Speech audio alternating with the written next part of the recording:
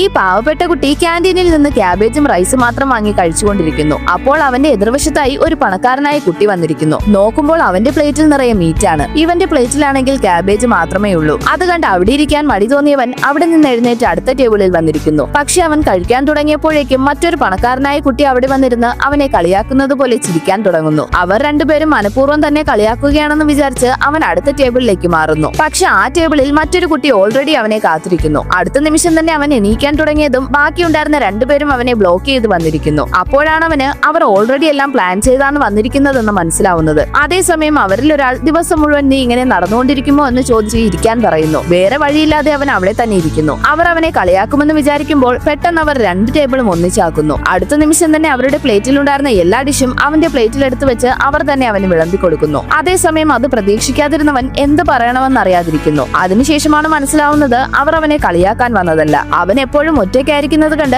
അവനെ കംഫർട്ട് ചെയ്യുന്നതിനാണ് ഇങ്ങനെ ചെയ്തത്.